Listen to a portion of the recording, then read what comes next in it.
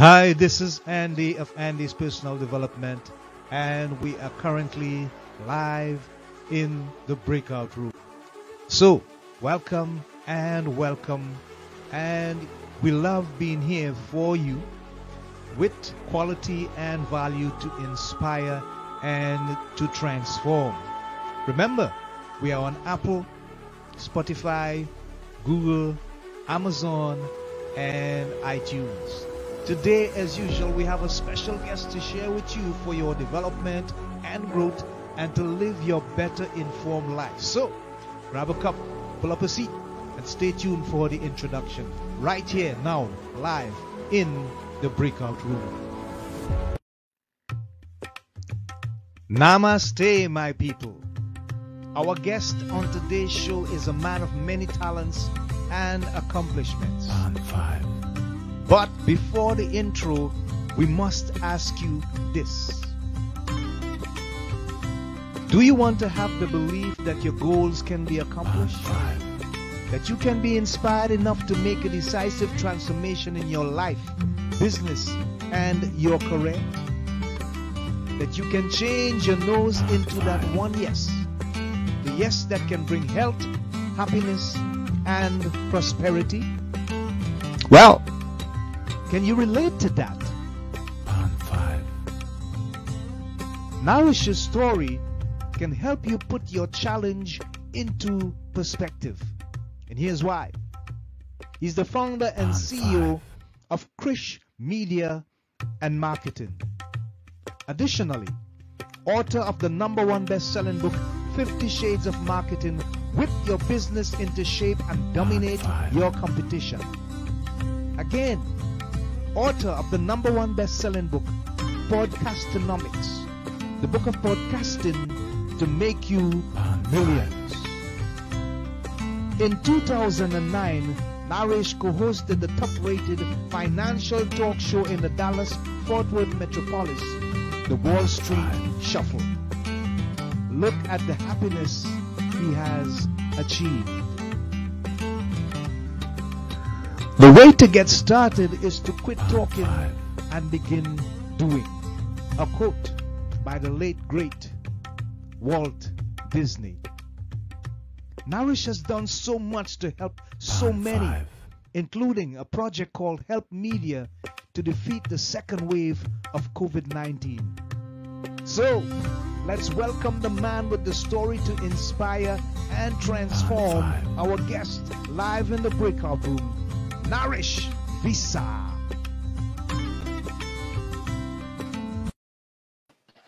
Hey, and we are live in the breakout room with our guest, Naresh Vissa. Welcome, people. Welcome to our show.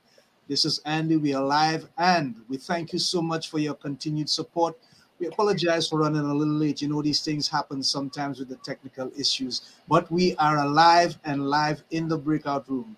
Let's say hi and hello to our guests. Naresh, how are you, my friend? Andy, it's a pleasure to be on, and thanks so much for that awesome intro. Love the music, love the research you guys did too. Wow, you know more about myself than I do. Yeah, we hear it a lot, but thank you, man. It's because of you that we got the inspiration to do what we do. So, wherever you are, people, good afternoon, good evening, good morning, good night, as the case might be in your time zone.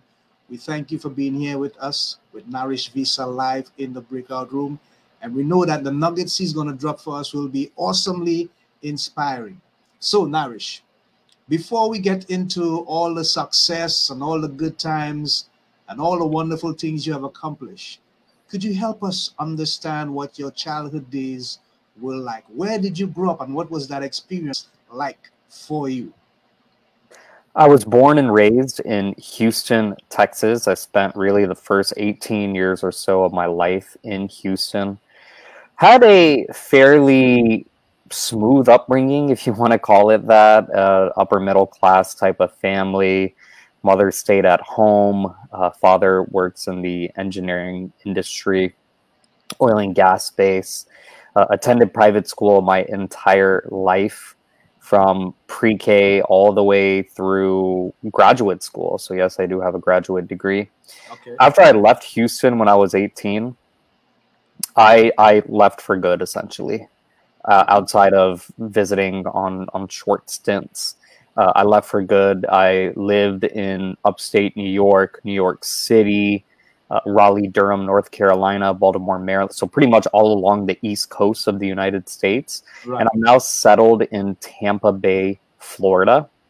One thing I should mention is I don't come from a business family, if you want to call it that. I come from essentially a family that just values education and was always told, hey, get a good job. And so I did get a couple of good jobs, but I realized working those jobs on paper, they looked good, but in the cubicle, they were not so good.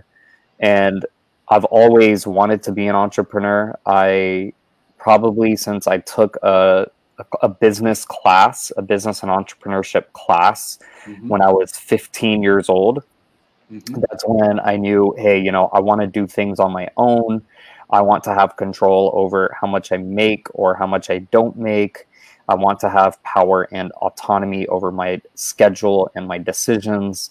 So even when I was working full time, I was always thinking, I want to become a business owner.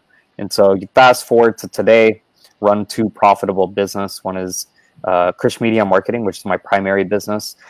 I'm sure we're going to talk about that mostly. It's a digital marketing agency. I've been running it since 2013, so 9 years strong, still in business. And my other business is a real estate company. I do real estate investing and coaching as well. So I help people invest in real estate. Very fascinating. Sounds interesting, man. But tell me something. You also are a very accomplished author. How did you begin writing? What was the inspiration behind the writing part of your career? Really, really good topic to cover, because the writing and the authorship, even the podcasting, I host my own podcast called The Work From Home Show. That gets lost in the shuffle, largely because it's not my bread and butter per se. Indirectly, it has helped me a lot. It has helped me bring in new clients. It's helped me get speaking gigs like this one. But if we go back to your initial question of how many books have I written? How did I get started in writing? Why am I interested in writing? One of my majors undergrad was broadcast and digital journalism. So I got some great experience being in front of the camera, behind the camera, doing print journalism, radio, television, etc.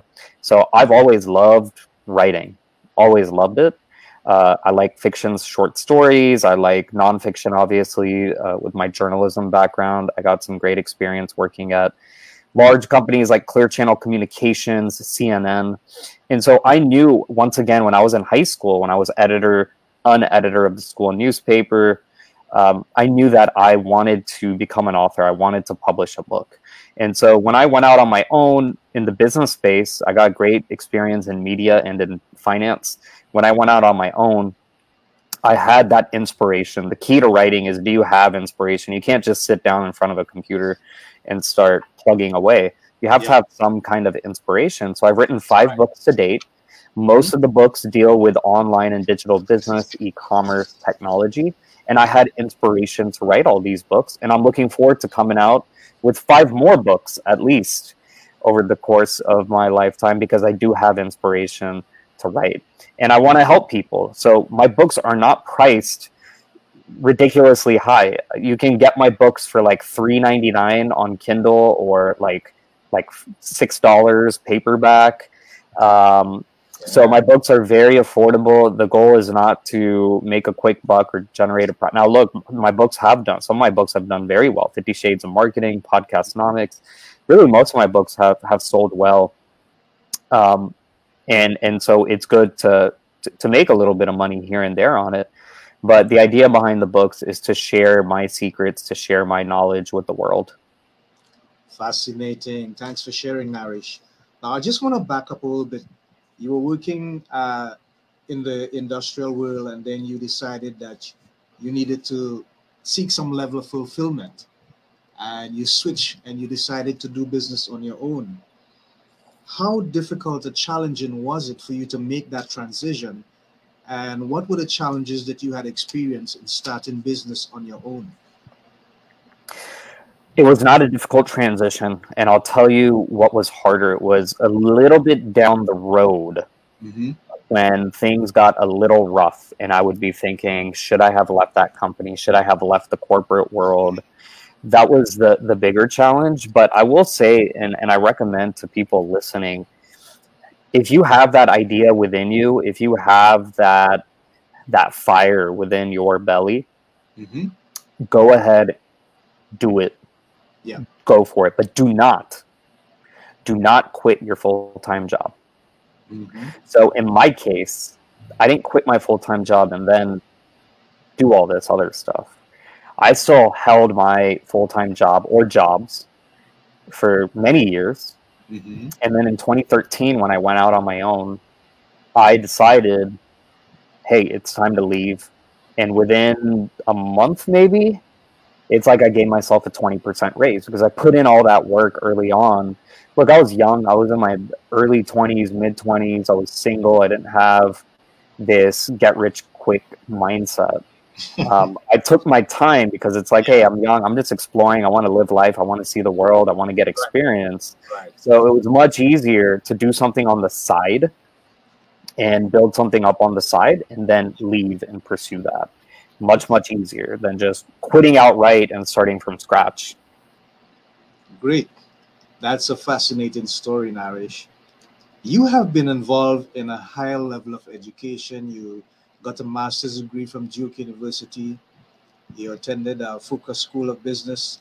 And you have been featured on USA Today, Yahoo, Bloomberg, MSNBC, Huffington Post, Business Week. How did you make the rounds on so many publications? What it is that you were doing that created that level of influence and impact that all these people got involved in your career?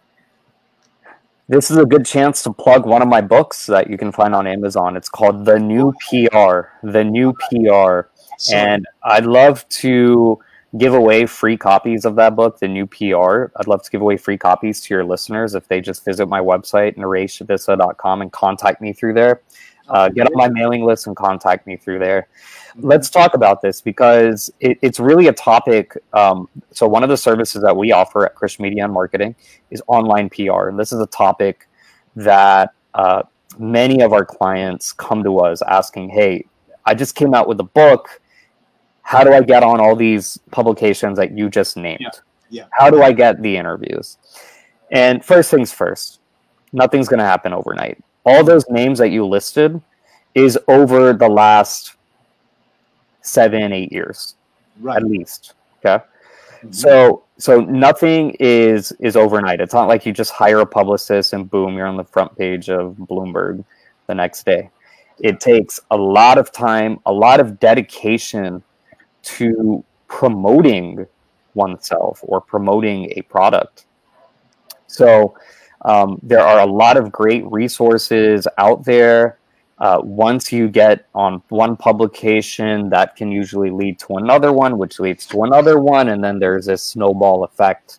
And that's kind of what's happened. And if we go to my website, nareshvissa.com, there's a media tab there, and we post all of my media hits on that media tab. And there must be at least 100 just over the last, like I said, 8 years or so, at least 100 different publications. And they range from big household names like Bloomberg, Huffington Post, CNBC, to smaller niche publications or smaller podcasts or live videos, etc. Well, wonderful. Thanks for sharing. You have a black belt in Taekwondo. You still practice that sport? I don't. I gave it up. It was too much dedication. I had too much going on. So there are other things that I do physically that I'm very dedicated to, but Taekwondo is not one of them.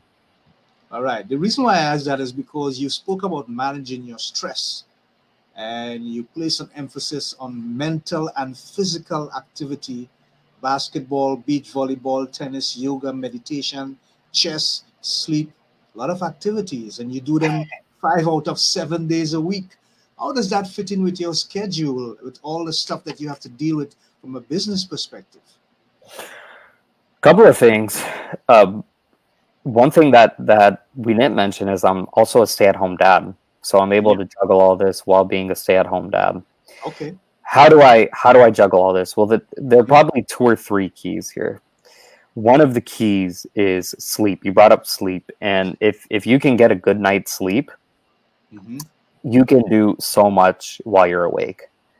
And there's some people who are like, oh, sleep is overrated. I don't need sleep. No, you can get so much more done if you put in the extra hours of sleep. Yeah. It's like you'll do so much more while you're awake. So that's key. Number 2 is working from home. Like I said, I'm the host of the Work From Home show. It's a podcast all about working from home. When you're at home and you don't have to spend 2 hours in a car commuting back and forth and another 2 to 3 hours wasting time in unnecessary meetings, office chit chat, etc., then you can get a lot more done, because when you work, you're working to actually do real work. You're not wasting any time. So when you're at home, you're going to be a lot more efficient. So number 1 is sleep. Number 2 is working from home. Number 3 is there must be structure in your schedule. So me personally, I schedule things. I actually put them on my calendar. So you brought up, chess, basketball. Those are in my calendar, and they're at set times. So I know every day when I wake up, I know what my schedule is and where I have my free time and where I don't have my free time. So when you do these 3 things, you're going to become a lot more organized and efficient and just get so much more done. I also don't waste a whole lot of time.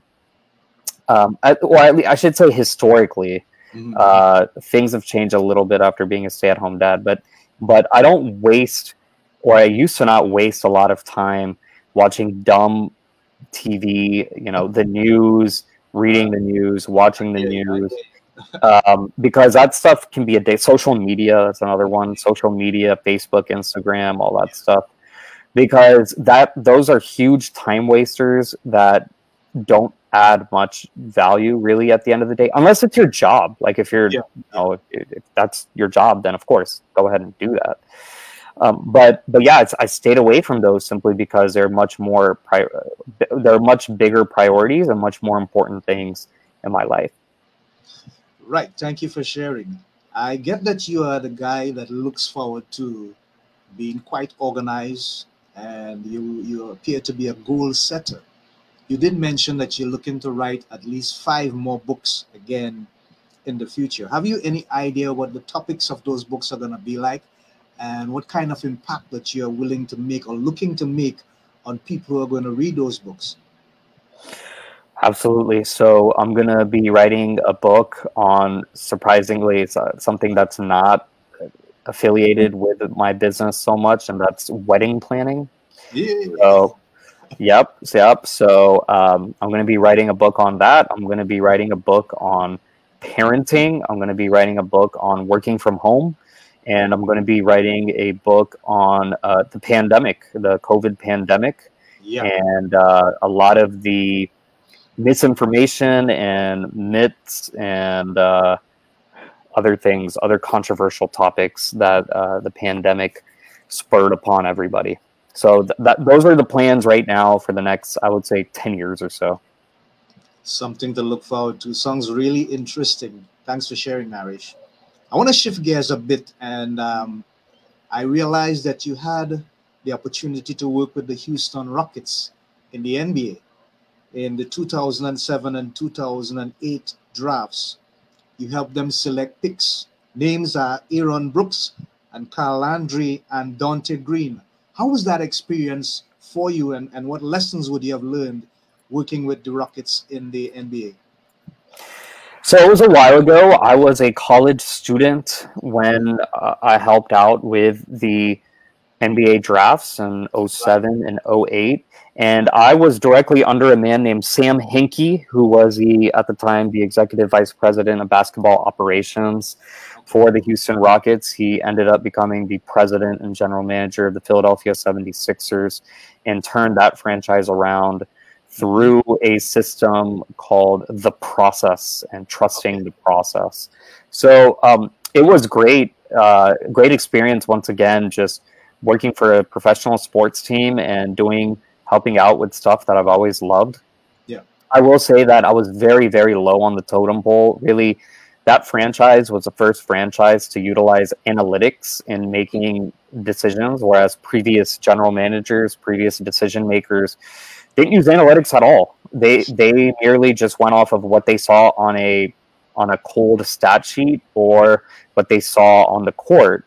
Whereas what these people did is they made up their own analytics, they made up their own statistics, and were able to find undervalued players and get them at relatively reasonable bargain prices or bargain contracts. So that's what ended up happening in 2007, 2008. They did find some very undervalued players and drafted extremely well. These are players who were not in the top 15, not in the top 20, and despite not being top 5 draft picks or top 3 draft picks, they ended up being very formidable, serviceable NBA players. So once again, going back to the actual job function, it was a bit tedious. I did a lot of grunt work, if you want to call it that. And but it was, like I said, I was young, I was a student at the time. It was a really good experience, and it gave me some inside scoop into how these big decisions are made. Yeah, great. Thanks for sharing. Went back down memory lane a bit. I realized that you're involved in a lot of social development activities, particularly in the introduction. You would have seen on our research, we looked at the Aid India scenario with the COVID pandemic taking place, something that we have had to grapple with, brought us to a place where we have now something that is called a new norm. How much of your time and your resources is consumed in these social development projects, and how fulfilling is it for you as an experience? It's incredibly important, and it's not just about working and making money. It's about giving back as well. Right. It's about helping those who've helped you along the way. It's about helping those who didn't have the opportunity that I may have had, and helping them along the way. So I spend a good amount of my time every week either volunteering or being part of some type of organization. I'm on the board of maybe 3 or 4 different organizations here in Tampa Bay. Mm-hmm. And so it's great. It's great networking. It's great socially. It makes me happy. It fulfills who I am. So definitely, I think people will feel more meaning in their lives, and they'll feel more meaning at work when they take those 2 or 3 hours of the month. It doesn't even have to be every day or every week, but if they just take those 2 or 3 hours every month and give back, whether it's volunteering or, donating money is a good thing. Don't get me wrong, but that's a quick, 2 minutes. You put your credit card in, you donated some money. The feeling isn't there as much as actually putting in the time and the energy and the sweat equity, helping plan things, helping really impacting people, and I just find immense happiness in doing that. Great. Wonderful. That is inspiring. Thank you so much, Naresh, for sharing. Folks, we are live in the breakout room with Naresh Vissa, and we're going to take a quick break, and we'll be right back. So thank you so much for sharing. Stay tuned. We're going to have a quick commercial break, and we'll be right back live in the breakout room on Andy's personal development. Don't go anywhere.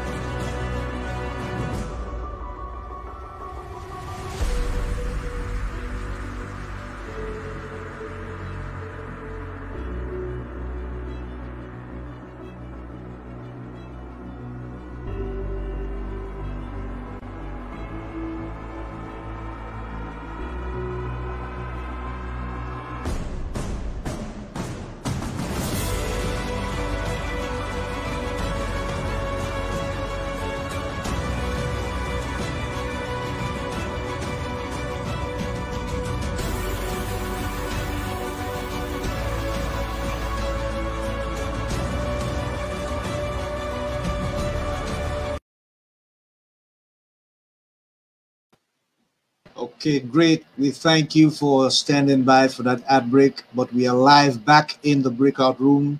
The man of the moment, Naresh Vissa.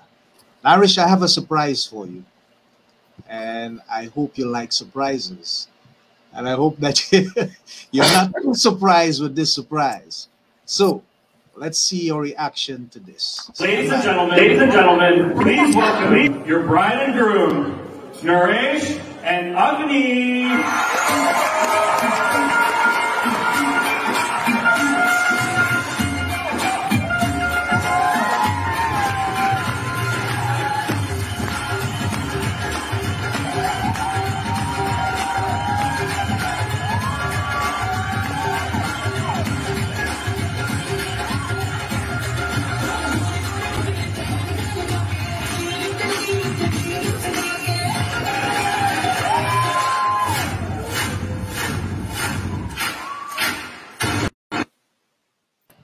Dude, that was awesome.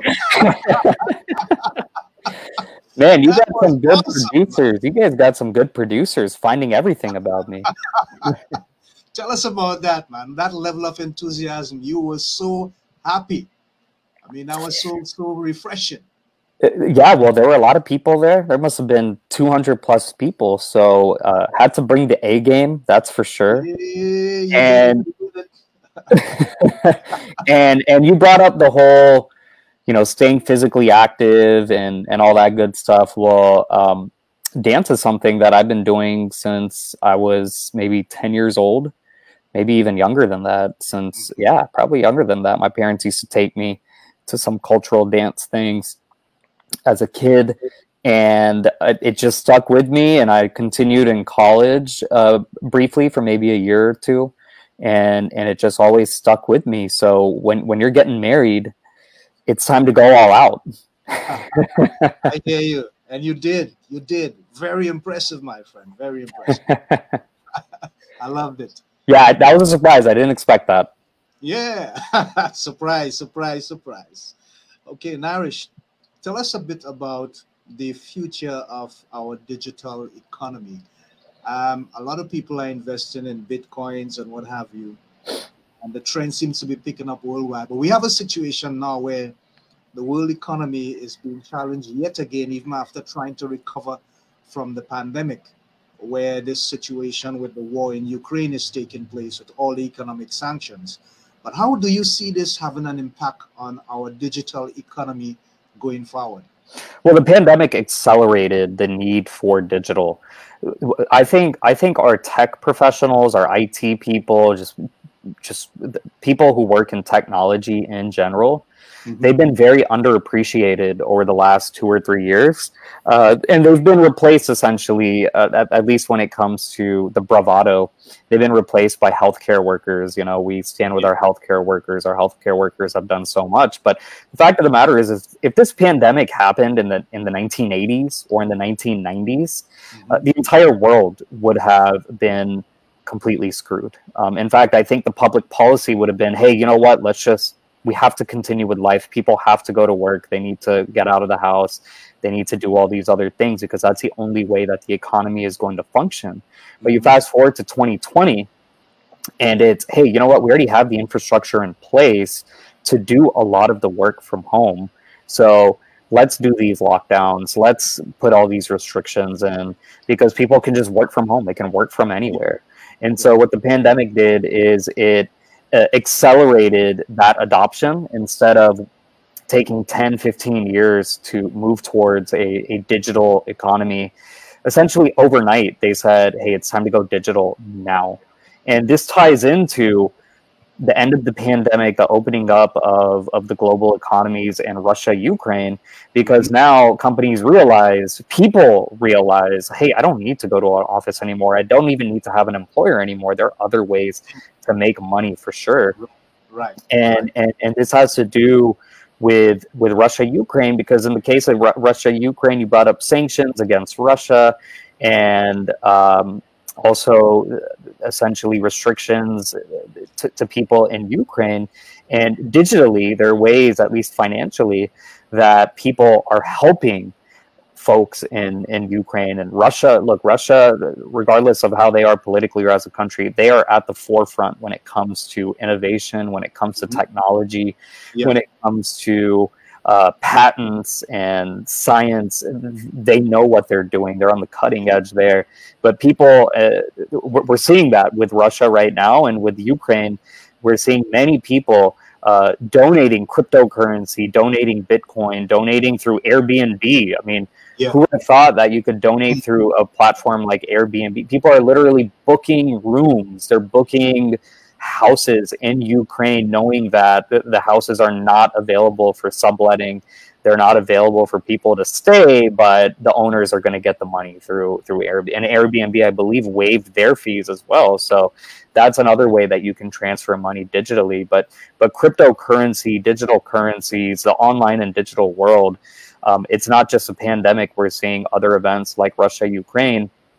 And so I truly believe that I'm very bullish still on technology. The stock market, the NASDAQ is not reflective of that right now. I think it's down close to 20% year to date in the United States, but that happens. Look, that the stocks go up and down, but overall they go up over the long haul.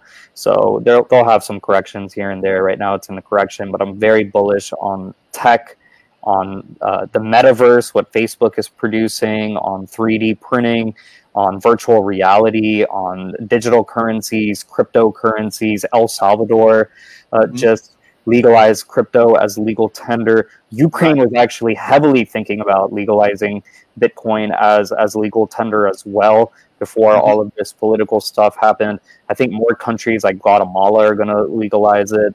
So overall, people, I think they're very resistant to change on a very rapid scale. But over time, people are very open to change. And we can see that with, let's say, Uber, which came out in like 2009 or 2010, but it wasn't until 2015 or so that the masses started accepting it as a replacement to a taxi. So things take time. These things take time. And I think we will see that all these industries that I laid out, the metaverse, 3D, virtual reality, cryptocurrency, I think in 5 to 10 years, you're going to see mass adoption. Right. But, I mean, taking that into consideration, if someone is looking now to divert from physical business into online business and get involved in a lot of digital economy, what advice or guidelines would you give to them, considering the circumstances and the projection for the next 5 years or so? Well, first off, if you haven't gone digital yet, you've already been left behind. And we see how many businesses shut down during the pandemic simply because they were not able to innovate before the pandemic even hit. The pandemic basically put these struggling businesses out of business. So you need to be online, you need to be digital in a great way. I'm going to plug a book now.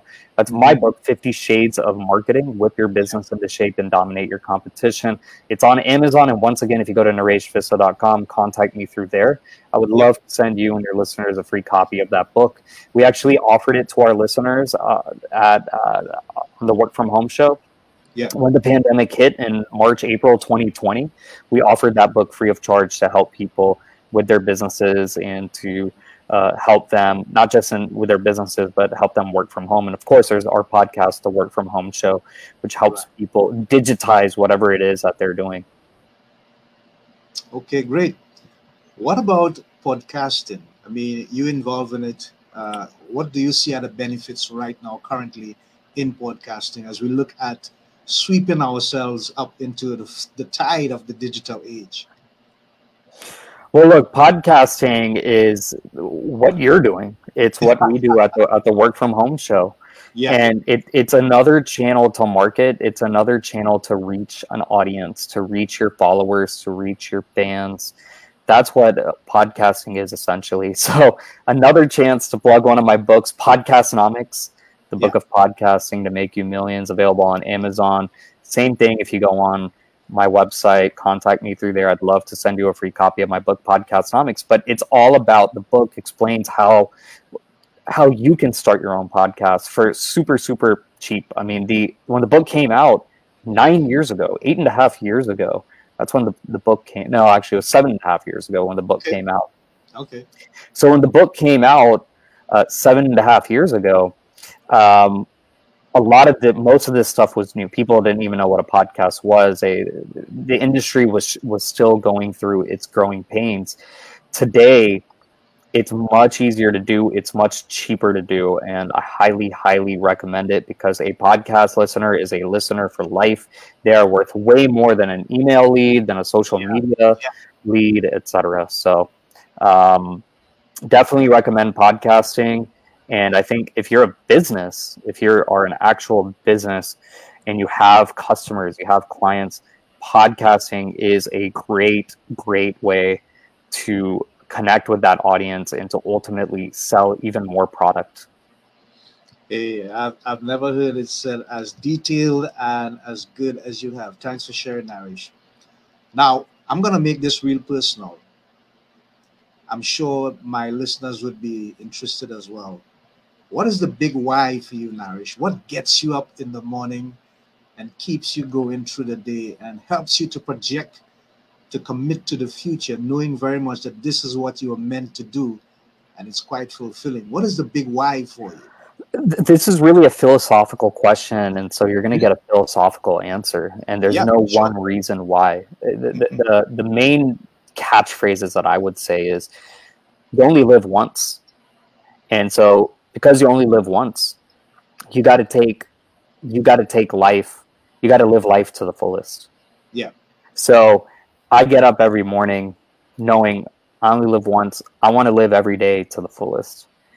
Life can be very exciting. Life is a very interesting journey. Yes. You're going to go through ups and you're going to go through downs. And the people who just stay in the middle, I'm sorry, but life's pretty boring for you. So to me, it's all about living this, what we call in Hinduism, a dharmic life. And that is a fulfilling life, meaning living life to the fullest. The ups, the downs, you cherish it all. You appreciate and you cherish it all. Yeah. And so that's what gets me up every morning. And then at the end of the day, as we talked about earlier, okay, you live it up, you have a good time, you're doing well. Giving back is very important. Teaching, learning is essentially, I'm learning throughout the day. I wake up and I'm thinking, what am I going to learn today? What am I going to experience today that teaches me something? But then you want to teach it back. You want to give back to the world. So you want to teach and give back. Yeah, that's why Naresh is on the show, folks. Very inspirational. And on that note, Naresh, tell us, what is the one thing, or maybe there may be more than one, I don't know, but there's always some level of concern that we have about the world, one or two or three things that people call a pet peeve, but it just gets under your skin and you wish you didn't have to deal with it, but it exists in the world. What would that be for you, or those things be for you? Well, we got a lot of first world problems here in the United States, and I think the whining, the loss, the myopia, the loss of foresight of what's most important. I brought up why I get up every morning, and that's become lost in the masses, in the population. When you turn on the TV and you see people, fighting over hamburgers, or destroying buildings, destroying businesses, and it's just losing sight of, okay, what's most important to me? What's most important to my family? If you don't have a family, it's just what's most important to me. And so that's one of my biggest pet peeves. It's that people are focusing on the wrong things and they're whining about the wrong things instead of focusing on what can truly improve themselves and make a difference and an impact on not just themselves, but those around them. Right. That's my biggest pet peeve. Literally, that's my biggest pet peeve. And unfortunately, I don't think it's really a mental health crisis. I don't think things are going to improve because you have large companies like this big social media, big tech players like McDonald's, like Starbucks, like Coca-Cola, like even a lot of these big pharmaceutical companies that are feeding you all sorts of toxic, and you're putting toxic into your mind through your ears, in your body, just all sorts of toxic, and that toxic becomes addicting. Anyone who smokes cigarettes can tell you how addicting that cigarette can be. It's toxic. It's toxic. So yeah, I'm actually pretty pessimistic about this front, but it's my biggest, therefore it's my biggest pet peeve. Yeah, and on the opposite, what are you most hopeful for about the things that you see happening in life in the world? Is there a string of evidence that there is some hope that we can get our act together, that we can learn from our mistakes of the past? Are you seeing anything like that? So yeah, let's be optimistic here instead of pessimism. Yeah. So I'm optimistic because there is still a small subgroup of people who can weed through this toxic and who have weeded through this toxic. Right. And those are going to be the people who end up being your leaders. They're going to be the leaders of society. They're going to be the leaders in business, the leaders in the arts, the leaders in pop culture, because they have sifted through all this toxic. So I'm excited because it's about the future now. We got to think about the future. Yeah. And if we can teach our children, if we can teach the younger folk out there about the toxic, because the fact of the matter is adults don't want to show children or teach children about the toxic. They're too afraid to do it. They don't want to expose them to it. But if we can teach them, if we can show them and say, look, you can still overcome these obstacles, you can still overcome this toxic and do great things for this world and for yourself, that's something to be extremely optimistic about. And I do see it on a daily basis. I see young people doing great things. Not all young people, yeah. Not everyone. Like I said earlier in my answer, it's a very small subset, but that's still very, very encouraging. Yeah, thanks for that. And on that positive note, we have come to the end of our interview with Naresh Vissa. But this episode is still alive, and so we're going to give Naresh the opportunity to share his social handle information. He's done a lot in promoting his books and his podcast throughout the show. But if you want to contact Naresh, if you want him to speak, if you want him to advise you on stuff with regards to the digital economy and business and podcasting and stuff, there's some information that he can share with you now that you can get available. Hook up with him and also get a copy of his book, a free copy. So Naresh.